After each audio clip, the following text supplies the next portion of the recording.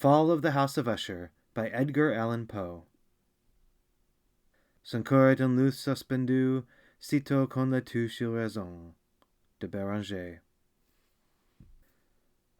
During the whole of a dull, dark, and soundless day in the autumn of the year, when the clouds hung oppressively low in the heavens, I had been passing alone, on horseback, through a singularly dreary tract of country, and at length found myself, as the shades of the evening drew on, within view of the melancholy House of Usher. I know not how it was, but with the first glimpse of the building, a sense of insufferable gloom pervaded my spirit. I say insufferable, for the feeling was unrelieved by any of that half-pleasurable, because poetic, sentiment with which the mind usually receives even the sternest natural images of the desolate or terrible. I looked upon the scene before me, upon the mere house, and the simple landscape features of the domain, upon the bleak walls, upon the vacant eye-like windows, upon a few rank sedges, and upon a few white trunks of decayed trees, with an utter depression of soul which I can compare to no earthly sensation more properly than to the after-dream of the reveller upon opium, the bitter lapse into everyday life, the hideous dropping off of the veil. There was an iciness, a sinking, a sickening of the heart, an unredeemed dreariness of thought which no goading of the imagination could torture into aught of the sublime. What was it? I paused to think. What was it that so unnerved me in the contemplation of the House of Usher? It was a mystery all insoluble, nor could I grapple with the shadowy fancies that crowded upon me as I pondered. I was forced to fall back upon the unsatisfactory conclusion that while, beyond doubt, there are combinations of very simple natural objects which have the power of thus affecting us, still the analysis of this power lies among considerations beyond our depth. It was possible, I reflected, that a mere different arrangement of the particulars of the scene, of the details of the picture, would be sufficient to modify, or perhaps to annihilate, its capacity for sorrowful impression. And, acting upon this idea, I reined my horse to the precipitous brink of a black and lurid tarn that lay in unruffled lustre by the dwelling, and gazed down, but with a shudder even more thrilling than before, upon the remodelled and inverted images of the grey sedge, and the ghastly tree-stems, and the vacant and eye-like windows. Nevertheless, in this mansion of gloom I now proposed to myself a sojourn of some weeks. Its proprietor, Roderick Usher, had been one of my boon companions in boyhood, but many years had elapsed since our last meeting. A letter, however, had lately reached me in a distant part of the country, a letter from him, which, in its wildly importunate nature, had admitted of no other than a personal reply. The manuscript gave evidence of nervous agitation. The writer spoke of acute bodily illness, of a mental disorder which oppressed him, and of an earnest desire to see me, as his best and indeed his only personal friend, with the view of attempting, by the cheerfulness of my society, some alleviation of his malady. It was the manner in which all this, and much more, was said, it was the apparent heart that went with his request, which allowed me no room for hesitation, and I accordingly obeyed forthwith what I still considered a very singular summons. Although as boys we had been even intimate associates, yet I really knew little of my friend. His reserve had been always excessive and habitual. I was aware, however, that his very ancient family had been noted time out of mind for a peculiar sensibility of temperament, displaying itself through long ages in many works of exalted art, and manifested of late in repeated deeds of munificent yet unobtrusive charity, as well as in a passionate devotion to the intricacies, perhaps even more to the orthodox and easily recognizable beauties, of musical science. I had learned, too, the very remarkable fact that the stem of the Usher race, all time-honored as it was, had put forth at no period any enduring branch. In other words, that the entire family lay in the direct line of descent, and had always, with very trifling and very temporary variation, so lain. It was this deficiency I considered while running over in thought the perfect keeping of the character of the premises with the accredited character of the people, and while speculating upon the possible influence which the one, in the long lapse of centuries, might have exercised upon the other, it was this deficiency perhaps of collateral issue, and the consequent undeviating transmission from sire to son of the patrimony with the name, which had at length so identified the two as to merge the original title of the estate in the quaint and equivocal appellation of the House of Usher, an appellation which seemed to include, in the minds of the peasantry who used it, both the family and the family mansion. I have said that the sole effect of my somewhat childish experiment, that of looking down within the tarn, had been to deepen the first singular impression. There can be no doubt that the consciousness of the rapid increase of my superstition, for why should I not so term it, served mainly to accelerate the increase itself. Such I have long known is the paradoxical law of all sentiments having terror as a basis.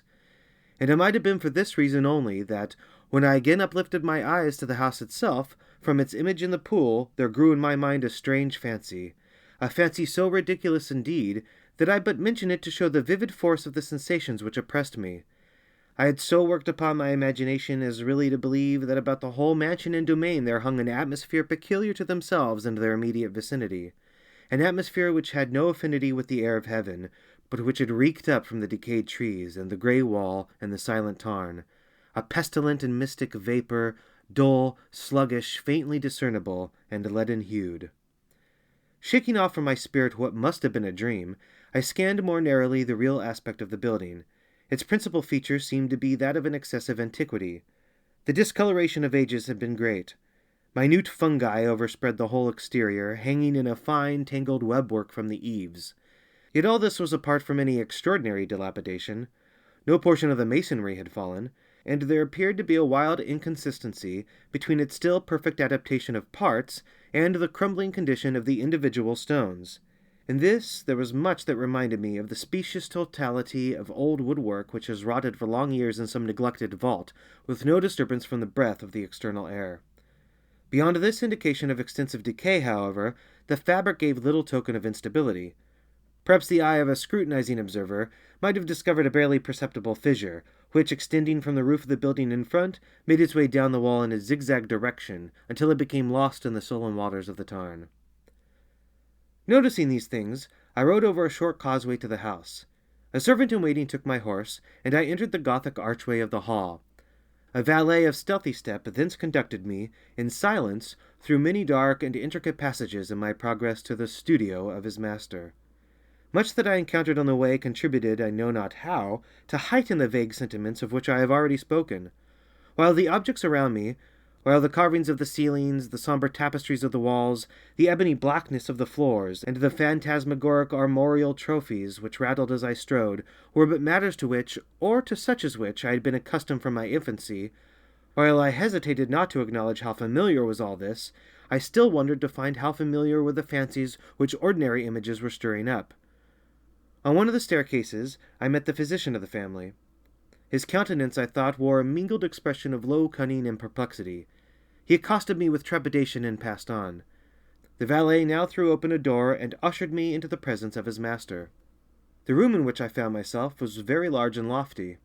The windows were long, narrow, and pointed, and at so vast a distance from the black oaken floor as to be altogether inaccessible from within.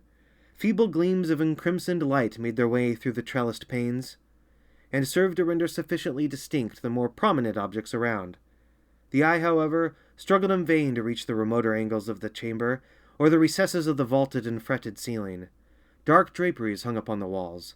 The general furniture was profuse, comfortless, antique, and tattered. Many books and musical instruments lay scattered about, but failed to give any vitality to the scene. I felt that I breathed an atmosphere of sorrow. An air of stern, deep, and irredeemable gloom hung over and pervaded all.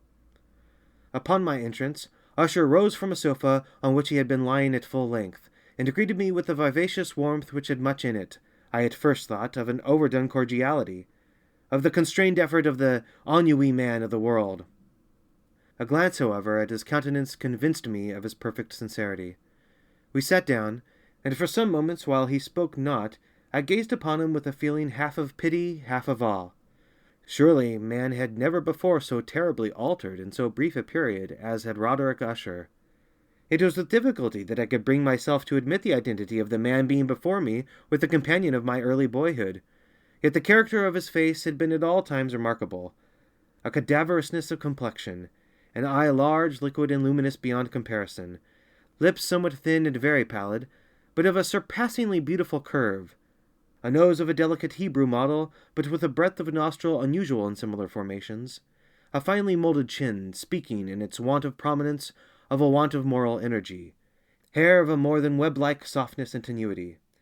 These features, with an inordinate expansion above the regions of the temple, made up altogether a countenance not easily to be forgotten. And now, in the mere exaggeration of the prevailing character of these features, and of the expression they were wont to convey, lay so much of change that I doubted to whom I spoke. The now ghastly pallor of the skin, and the now miraculous lustre of the eye, above all things startled and even awed me.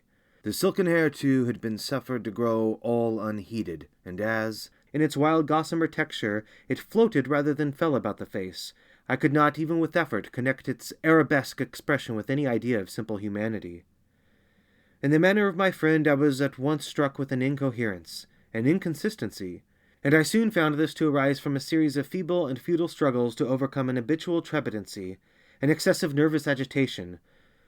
For something of this nature I had indeed been prepared, no less by his letter than by reminiscences of certain boyish traits, and by conclusions deduced from his peculiar physical conformation and temperament. His action was alternately vivacious and sullen. His voice varied rapidly from a tremulous indecision, when the animal spirit seemed utterly in abeyance, to that species of energetic concision, that abrupt, weighty, unhurried, and hollow-sounding enunciation, that leaden, self-balanced, and perfectly modulated guttural utterance, which may be observed in the lost drunkard, or the irreclaimable eater of opium during the periods of his most intense excitement. It was thus that he spoke of the object of my visit, of his earnest desire to see me, and of the solace he expected me to afford him. He entered at some length into what he conceived to be the nature of his malady. It was, he said, a constitutional and a family evil, and one for which he despaired to find a remedy. A mere nervous affection, he immediately added, which would undoubtedly soon pass off. It displayed itself in a host of unnatural sensations. Some of these, as he detailed them, interested and bewildered me, although perhaps the terms and the general manner of the narration had their weight. He suffered much from a morbid acuteness of the senses. The most insipid food was alone endurable. He could wear only garments of certain texture. The odors of all flowers were oppressive. His eyes were tortured by even a faint light, and there were but peculiar sounds, and these from stringed instruments, which did not inspire him with horror. To an anomalous species of terror I found him a bounden slave. "I shall perish," said he. "I must perish in this deplorable folly. Thus, and not otherwise shall I be lost. I dread the events of the future, not in themselves but in their results. I shudder at the thought of any, even the most trivial incident, which may operate upon this intolerable agitation of soul. I have indeed no abhorrence of danger, except in its absolute effect, in terror. In this unnerved, in this pitiable condition, I feel that the period will sooner or later arrive when I must abandon life and reason together, in some struggle with the grim phantasm, fear." I learned, moreover, at intervals and through broken and equivocal hints, another singular feature of his mental condition. He was enchained by certain superstitious impressions in regard to the dwelling which he tenanted, and whence, for many years, he had never ventured forth. In regard to an influence whose supposititious force was conveyed in terms too shadowy here to be restated, an influence in which some peculiarities in the mere form and substance of his family mansion had, by dint of long sufferance, he said, obtained over his spirit, an effect which the physique of the grey walls and turrets, and of the dim tarn into which they all looked down, had at length brought about upon the morale of his existence. He admitted, however, although with hesitation, that much of the peculiar gloom which thus afflicted him could be traced to a more natural and far more palpable origin, to the severe and long-continued illness, indeed to the evidently approaching dissolution, of a tenderly beloved sister, his sole companion for long years, his last and only relative on earth. Her decease, he said with a bitterness which I can never forget, would leave him and the hopeless and the frail, the last of the ancient race of the Ushers. While he spoke, the Lady Madeline, for so was she called, passed slowly through a remote portion of the apartment, and, without having noticed my presence, disappeared. I regarded her with an utter astonishment, not unmingled with dread, and yet I found it impossible to account for such feelings. A sensation of stupor oppressed me as my eyes followed her retreating steps. When a door at length closed upon her, my glance sought instinctively and eagerly the countenance of the brother, but he had buried his face in his hands, and I could only perceive that a far more than ordinary wanness had overspread the emaciated fingers through which trickled many passionate tears. The disease of the Lady Madeline had long baffled the skill of her physicians. A settled apathy, a gradual wasting away of the person, and frequent although transient affections of a partially cataleptical character were the unusual diagnosis. Hitherto she had steadily borne up against the pressure of her malady, and had not betaken herself finally to bed. but on the closing in of the evening of my arrival at the house, she succumbed, as her brother told me at night with inexpressible agitation, to the prostrating power of the destroyer, and I learned that the glimpse I had obtained of her person would thus probably be the last I should obtain, that the lady, at least while living, would be seen by me no more. For several days ensuing her name was unmentioned by either Usher or myself, and during this period I was busied in earnest endeavors to alleviate the melancholy of my friend. We painted and read together, or I listened, as if in a dream, to the wild improvisations of a speaking guitar, and thus, as a closer and still closer intimacy admitted me more unreservedly into the recesses of his spirit, the more bitterly did I perceive the futility of all attempt at cheering a mind from which darkness, as if an inherent positive quality, poured forth upon all objects of the moral and physical universe in one unceasing radiation of gloom. I shall ever bear about me a memory of the many solemn hours I thus spent alone with the master of the House of Usher, yet I should fail in any attempt to convey an idea of the exact character of the studies, or of the occupations in which he involved me or led me the way. An excited and highly distempered ideality threw a sulphureous lustre over all. His long improvised dirges will ring forever in my ears. Among other things, I hold painfully in mind a certain singular perversion and amplification of the wild air of the last waltz of Von Weber. From the paintings over which his elaborate fancy brooded, and which grew, touch by touch, into vagueness at which I shuddered the more thrillingly, because I shuddered knowing not why, from these paintings, vivid as their images now are before me, I would in vain endeavor to adduce more than a small portion which should lie within the compass of merely written words. By the utter simplicity, by the nakedness of his designs, he arrested and overawed attention. If ever mortal painted an idea, that mortal was Roderick Usher. For me, at least, in the circumstances then surrounding me, there arose out of the pure abstractions which the hypochondriac contrived to throw upon his canvas an intensity of intolerable awe, no shadow of which felt I ever yet in the contemplation of the certainly glowing yet too concrete reveries of Fuseli. One of the phantasmagoric conceptions of my friend, partaking not so rigidly of the spirit of abstraction, may be shadowed forth, although feebly, in words.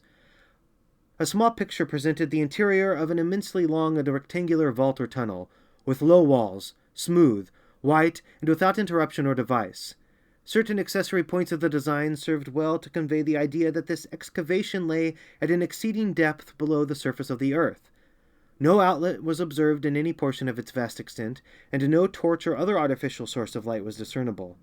Yet a flood of intense rays rolled throughout, and bathed the whole in a ghastly and inappropriate splendor.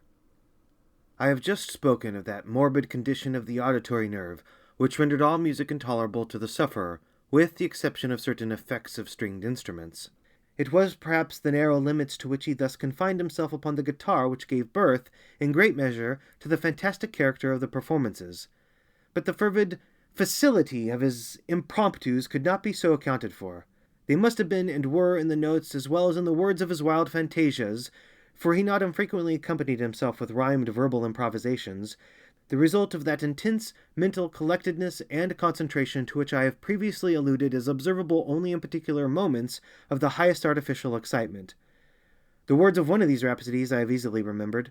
I was perhaps the more forcibly impressed with it as he gave it, because, in the under or mystic current of its meaning, I fancied that I perceived, and for the first time, a full consciousness on the part of Usher of the tottering of his lofty reason upon her throne. The verses, which were entitled The Haunted Palace, ran very nearly, if not accurately, thus. 1. In the greenest of our valleys, by good angels tenanted, once a fair and stately palace, radiant palace, reared its head. In the monarch thought's dominion, it stood there. Never seraph spread opinion over fabric half so fair. 2. Banners yellow, glorious golden, on its roof did float and flow. This, all this, was in the olden time long ago. And every gentle air that dallied in that sweet day, along the ramparts plumed and pallid, a winged odor went away. 3. Wanderers in that happy valley through two luminous windows saw spirits moving musically to a lute's well-tuned law. Round about a throne where sitting, Pole for Regine, in state his glory well befitting, the ruler of the realm was seen. 4. And all with pearl and ruby glowing was the fair palace door, through which came flowing, flowing, flowing, and sparkling evermore, a troop of echoes whose sweet duty was but to sing, in voices of surpassing beauty, the wit and wisdom of their king. 5. But evil things in robes of sorrow assailed the monarch's high estate. Ah, let us mourn, for never morrow shall dawn upon him desolate. And round about his home the glory that blushed and bloomed is but a dim remembered story of the old time entombed. 6. And travellers now within that valley through the red litten windows see vast forms that move fantastically to a discordant melody, while like a rapid ghastly river through the pale door a hideous throng will shout forever and laugh but smile no more.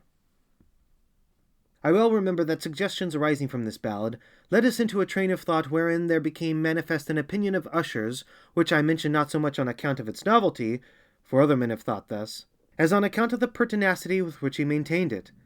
This opinion, in its general form, was that of the sentience of all vegetable things, but in his disordered fancy the idea had assumed a more daring character, and trespassed under certain conditions upon the kingdom of inorganization. I lack words to express the full extent, or the earnest abandon of his persuasion. The belief, however, was connected, as I have previously hinted, with the grey stones of the home of his forefathers. The conditions of the sentience had been here, he imagined, fulfilled in the method of collocation of these stones, in the order of their arrangement, as well as in that of the many fungi which overspread them, and of the decayed trees which stood around. Above all, in the long undisturbed endurance of this arrangement, and in its reduplication in the still waters of the tarn. Its evidence, the evidence of the sentience, was to be seen, he said, and I here started as he spoke, in the gradual yet certain condensation of an atmosphere of their own about the waters and the walls. The result was discoverable, he added, in that silent yet importunate and terrible influence which for centuries had moulded the destinies of his family, and which had made him what I now saw him, what he was. Such opinions need no comment, and I will make none. The books which for years had formed no small portion of the mental existence of the invalid were, as might be supposed, in strict keeping with this character of phantasm. We pored together over such works as the Ververe Chartreuse of Grisset, the Belphegor of Machiavelli, the Heaven and Hell of Swedenborg, the Subterranean Voyage of Nicholas Klim by Holberg, the Chiromancy of Robert Flood, of Jean d'Andegenet and of de la Chambre, the Journey into the Blue Distance of Tieck, and the City of the Sun of Campanella. One favorite volume was a small octavo edition of the Directorium Inquisitorium by the Dominican Aymeric de Giron, and there were passages in Pomponius Mela about the old African satyrs and Egyptians, over which Usher would sit dreaming for hours. His chief delight, however, was found in the perusal of an exceedingly rare and curious book in quarto Gothic, the Manual of a Forgotten Church, the Vigiliae Mortuorum Secundum Coram Ecclesiae Magentinae. I could not help thinking of the wild ritual of this work, and of its probable influence upon the hypochondriac, when one evening, having informed me abruptly that the Lady Madeline was no more, he stated his intention of preserving her corpse for a fortnight, previously to its final interment, in one of the numerous vaults within the main walls of the building. The worldly reason, however, assigned for this singular proceeding was one which I did not feel at liberty to dispute. The brother had been led to his resolution, so he told me, by consideration of the unusual character of the malady of the deceased, of certain unobtrusive and eager inquiries on the part of our medical men, and of the remote and exposed situation of the burial ground of the family. I will not deny that when I called to mind the sinister countenance of the person whom I met upon the staircase, on the day of my arrival at the house, I had no desire to oppose what I regarded as at best but a harmless and by no means an unnatural precaution. At the request of Usher, I personally aided him in the arrangements for the temporary entombment. The body having been encoffined, we two alone bore it to its rest. The vault in which we placed it, and which had been so long unopened that our torches, half smothered in its oppressive atmosphere, gave us little opportunity for investigation, was small, damp, and entirely without means of admission for light. Lying at great depth immediately beneath that portion of the building in which was my own sleeping apartment. It had been used apparently in remote feudal times for the worst purposes of a dungeon keep, and in later days as a place of deposit for powder or some other highly combustible substance, as a portion of its floor and the whole interior of a long archway through which we reached it were carefully sheathed with copper. The door of massive iron had been also similarly protected. Its immense weight caused an unusually sharp, grating sound as it moved upon its hinges. Having deposited our mournful burden upon trestles within this region of horror, we partially turned aside the yet unscrewed lid of the coffin, and looked upon the face of the tenant. A striking similitude between the brother and sister now first arrested my attention, and Usher, divining perhaps my thoughts, murmured out some few words from which I learned that the deceased and himself had been twins, and that sympathies of a scarcely intelligible nature had always existed between them. Our glances, however, rested not long upon the dead, for we could not regard her unawed.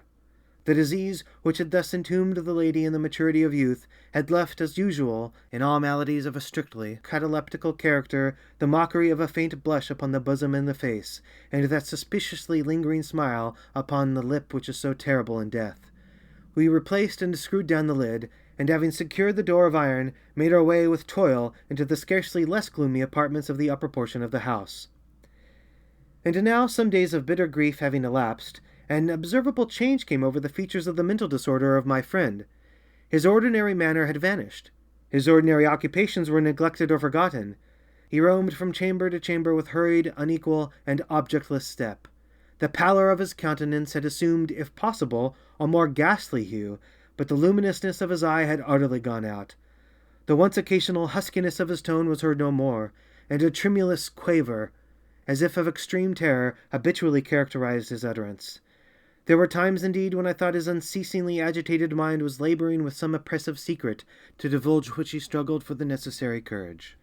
At times, again, I was obliged to resolve all into the mere inexplicable vagaries of madness, for I beheld him gazing upon vacancy for long hours in an attitude of the profoundest attention, as if listening to some imaginary sound. It was no wonder that his condition terrified, that it infected me.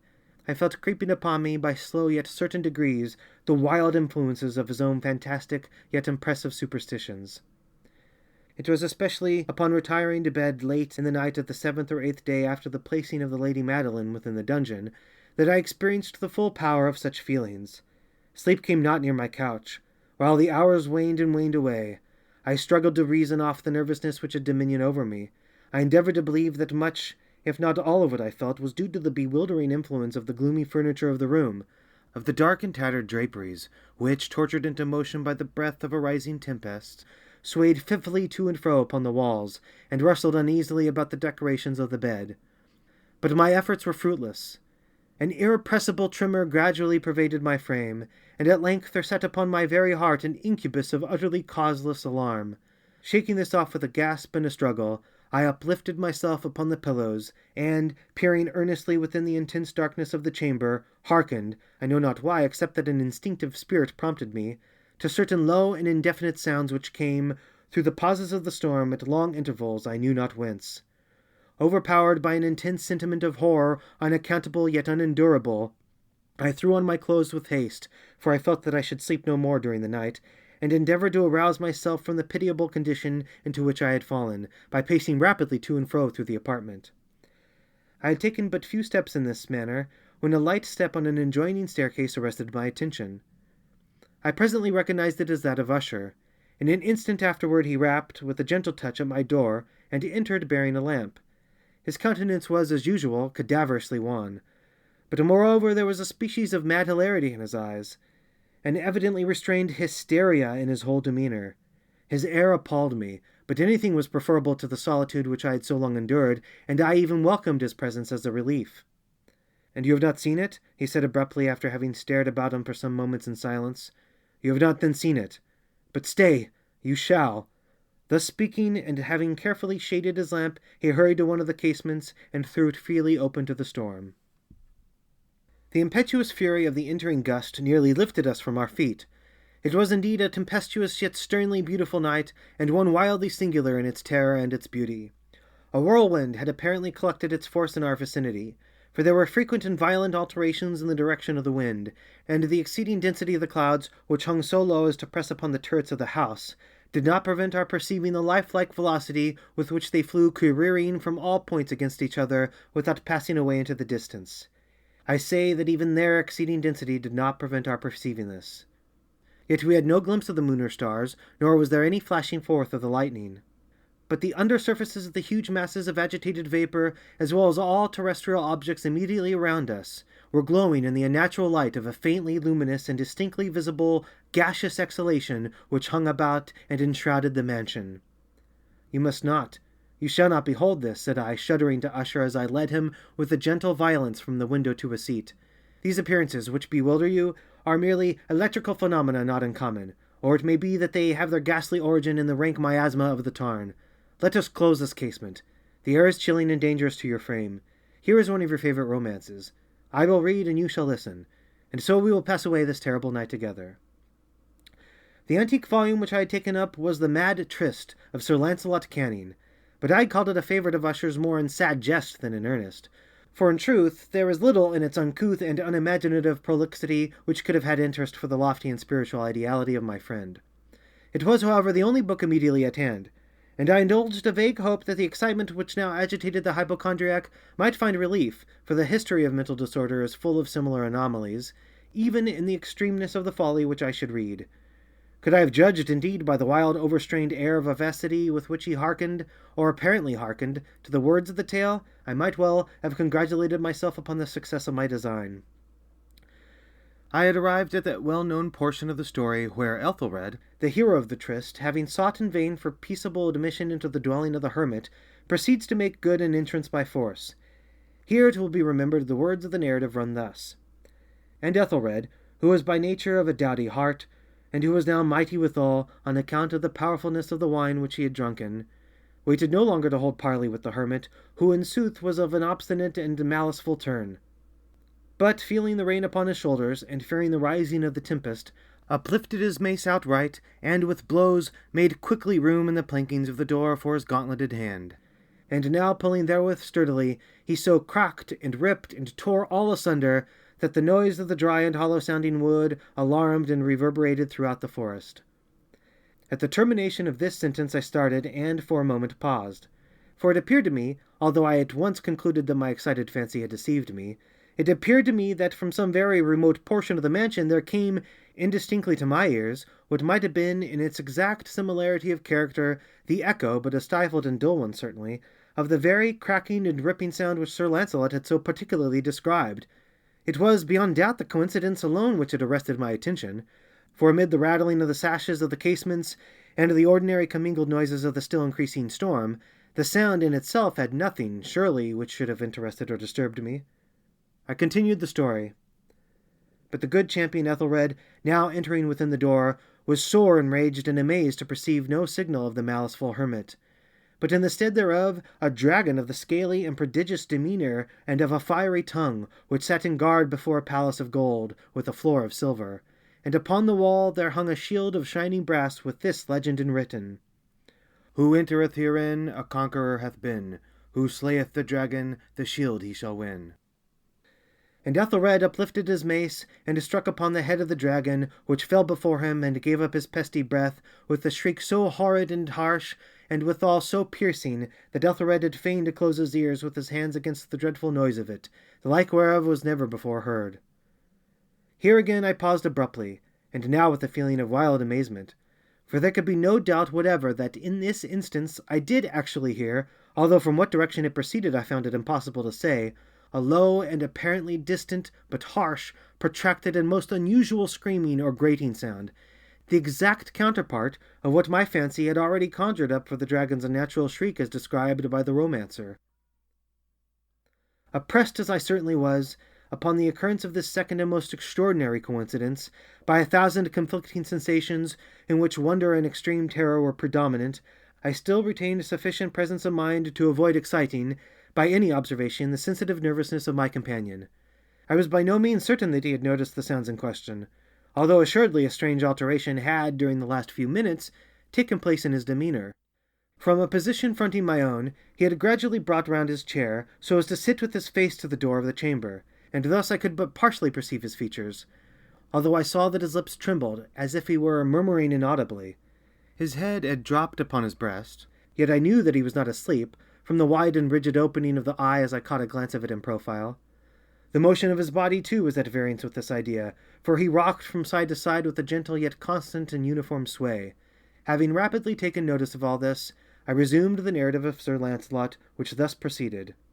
And now the champion, having escaped from the terrible fury of the dragon, bethinking himself of the brazen shield, and of the breaking up of the enchantment which was upon it, removed the carcass from out of the way before him, and approached valorously over the silver pavement of the castle to where the shield was upon the wall, which in sooth tarried not for his full coming, but fell down at his feet upon the silver floor with a mighty great and terrible ringing sound. No sooner had these syllables passed my lips than, as if a shield of brass had indeed at the moment fallen heavily upon the floor of silver, I became aware of a distinct, hollow, metallic and clangorous, yet apparently muffled reverberation. Completely unnerved, I leaped to my feet, but the measured rocking movement of Usher was undisturbed. I rushed to the chair in which he sat. His eyes were bent fixedly before him, and throughout his whole countenance there reigned a stony rigidity. But as I placed my hand upon his shoulder, there came a strong shudder over his whole person. A sickly smile quivered about his lips, and I saw that he spoke in a low, hurried, and gibbering murmur, as if unconscious of my presence. Bending closely over him, I at length drank in the hideous import of his words. Not hear it? Yes, I hear it, and have heard it. Long, many minutes, many hours, many days have I heard it, yet I dared not. Oh, pity me, miserable wretch that I am, I dared not speak. We have put her living in the tomb. Said I not that my senses were acute? I now tell you that I heard her first feeble movements in the hollow coffin. I heard them, many days ago, yet I dared not speak. And now, tonight, Ethelred, the breaking of the hermit's door, and the death cry of the dragon, and the clangor of the shield, say rather the rending of her coffin, and the grating of the iron hinges of her prison, and her struggles within the coppered archway of the vault. Oh, whither shall I fly? Will she not be here anon? Is she not hurrying to upbraid me for my haste? Have I not heard her footstep on the stair? Do I not distinguish that heavy and horrible beating of her heart? Madman! Here he sprang furiously to his feet, and shrieked out his syllables as if in the effort he were giving up his soul. Madman! I tell you that she now stands without the door! As if in the superhuman energy of his utterance there had been found the potency of a spell, the huge antique panels to which the speaker pointed threw slowly back, upon the instant, their ponderous and ebony jaws. It was the work of the rushing gust. But then, without those doors, there did stand the lofty and enshrouded figure of the Lady Madeline of Usher. There was blood upon her white robes, and the evidence of some bitter struggle upon every portion of her emaciated frame. For a moment she remained trembling and reeling to and fro upon the threshold.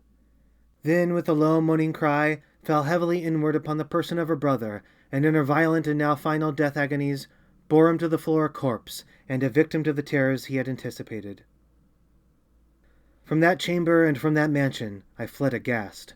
The storm was still abroad in all its wrath as I found myself crossing the old causeway.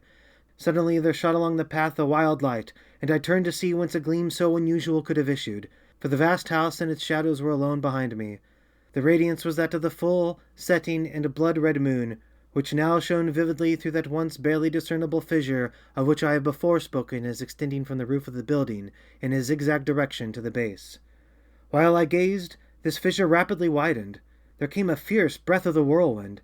The entire orb of the satellite burst at once upon my sight. My brain reeled as I saw the mighty walls rushing asunder. There was a long, tumultuous shouting sound like the voice of 1,000 waters, and the deep and dank tarn at my feet closed sullenly and silently over the fragments of the House of Usher. End of The Fall of the House of Usher. Recording by Josh Kibbe.